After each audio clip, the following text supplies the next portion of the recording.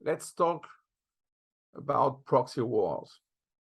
We know that proxy wars exist, but the parties of this kind of war always wanted to be opponents in a real war, even if they act at the instigation of others who aren't directly involved in the hostilities. The Spanish Civil War is an example of proxy war, and it is the same for the Greek Civil War. For the last one, the implication of the Soviet Union is now a fact, but at that time, it wasn't obvious. Why? Because many people thought that it was something specific, and they saw only the local logistical support from Albania, Bulgaria, and Yugoslavia. But none of them was the big brother. For the Soviet Union and its vocabulary, it was only a special operation, nothing more. By the way, when the Soviet Union decided to end this proxy war and stopped its support, everything was finished, and the presumed big civil war became a small proxy war.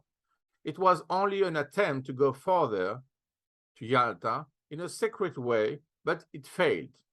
Special operations weren't new and didn't characterize only the Cold War or the post-Cold War, but also the ante-Cold War, because it was a way of thinking for the Soviet Union. So what is the point?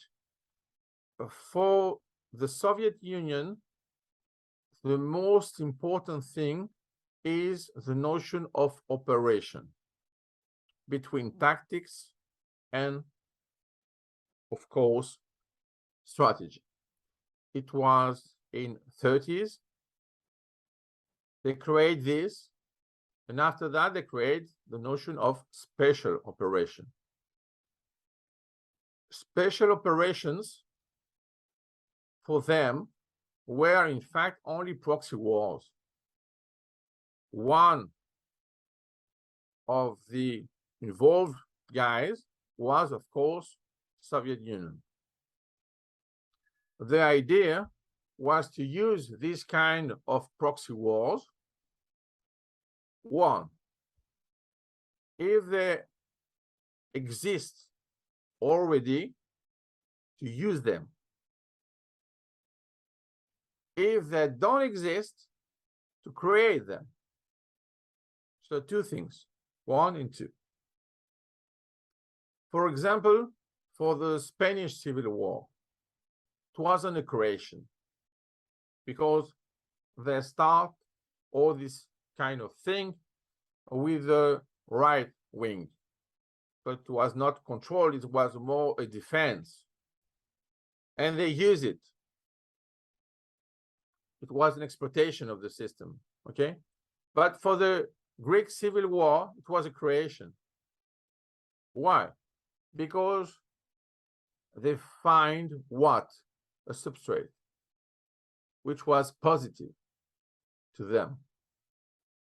So they could use it. The problem was Yalta. Moscow before, Tehran before, but Yalta. So in Yalta, in reality, everything was done. But the idea was, can we do something more? Can we get something?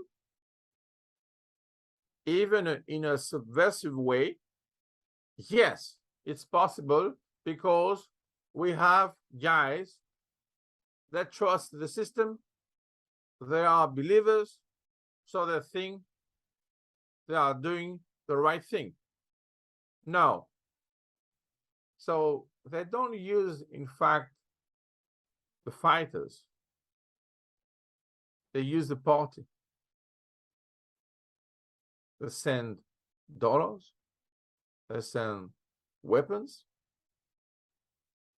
dollars and German weapons, to avoid any trace.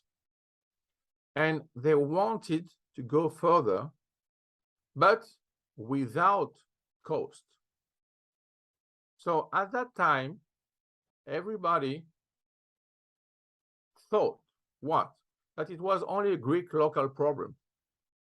That's why they saw only the logistical support of Albania, Bulgaria, and Yugoslavia, and especially with Tito. But the problem was what? In the opposition of the Kremlin and Tito, the party in Greece has one choice, one option, Stalin. So Tito stopped everything about logistics, and it was the end. So if you think that it was a real war, it's very strange when you study the end. If you know that is a proxy war, the end is not strange. It's just a consequence. So it was important for us to see that this kind of proxy wars, which are only special operations, can be considered by the innocent people as real wars. In fact, no. It was fake.